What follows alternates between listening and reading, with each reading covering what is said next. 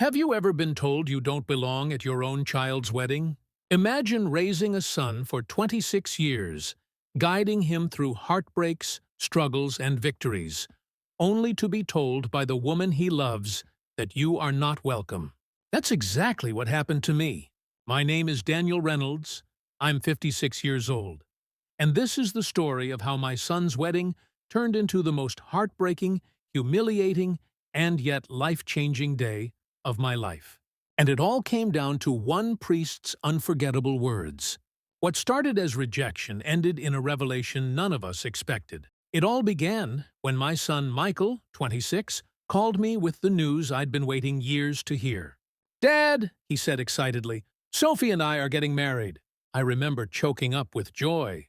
Michael had always been my pride, smart, kind, hardworking. He had lost his mother when he was 14, and I raised him alone.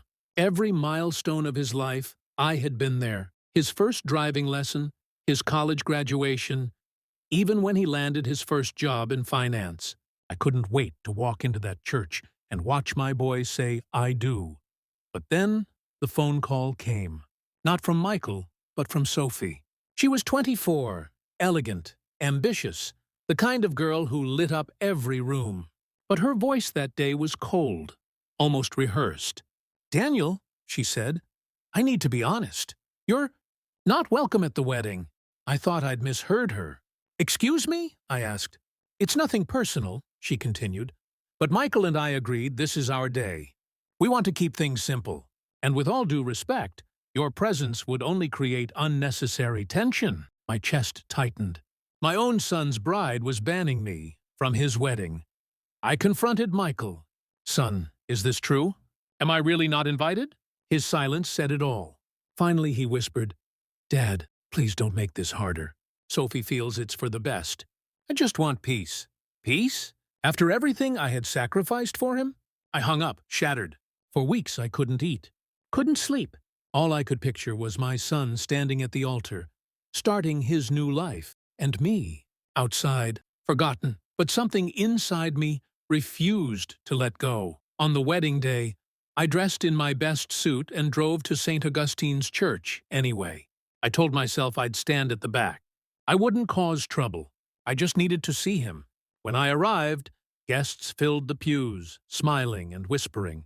Sophie glided down the aisle in lace and pearls, radiant, arm in arm with her wealthy father. Michael stood tall in his tuxedo, but I saw the flicker of nerves in his eyes. I stayed in the shadows, unnoticed, until Sophie's maid of honor spotted me. She leaned into Sophie's ear. A ripple went through the crowd. Sophie's smile froze. The priest cleared his throat to begin, but Sophie suddenly raised her hand. "Wait," she said. Her voice rang sharp across the church. "Before we continue, I want to be clear. Daniel Reynolds, you do not belong here." Gasps filled the room. Every head turned. Michael's face drained of color. I felt 100 eyes pierce me, judging, waiting. I wanted to sink into the floor. But then the priest, Father Thomas, a man in his 70s with kind eyes and a steady voice, stepped forward. "Before we proceed," he said, "I have something to say." He looked at Sophie, then at Michael, then at me. "Marriage," he began, "is not built on exclusion. It is built on unity. Michael, your father stood by you when life was hardest. He held your hand when grief consumed your home. He worked 2 jobs to put you through school. He loved you when you had nothing. And now that you have everything, you would cast him aside?" The church went silent. "Bride and groom," the priest continued, his voice rising, "if you cannot honor the parents who shaped you, then you do not understand the vows you are about to make. Because marriage is not about perfection, it is about respect. If Daniel Reynolds is not welcome here, then neither am I. And I will not bless this union." The crowd erupted in whispers. Sophie's father turned crimson. Sophie herself paled, her perfect smile gone. Michael stared at me, tears welling in his eyes. Slowly, he stepped forward, ignoring Sophie's desperate tug at his sleeve.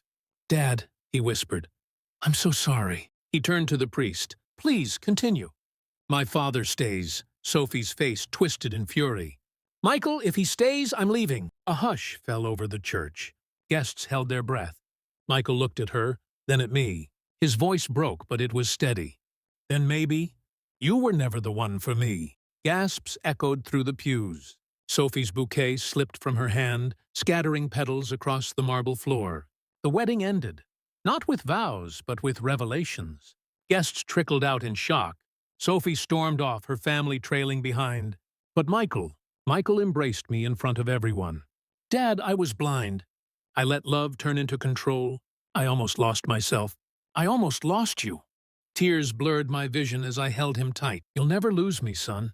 Not ever. The priest placed a hand on both our shoulders. Sometimes God uses pain to reveal truth. This was not a wedding today, but it was a lesson. And lessons shape better futures. It's been 2 years since that day. Michael is now engaged again to someone who values family, kindness, and love. And this time, I'm not just invited. I'm the one walking him down the aisle. So, to anyone listening, if you've ever been rejected by those you love most, remember this.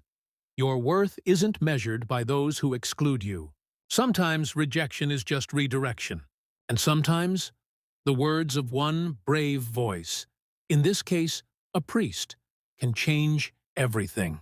If you've ever proven doubters wrong, or found strength in rejection, share your story in the comments. And don't forget to subscribe if you believe love and respect should always go hand in hand.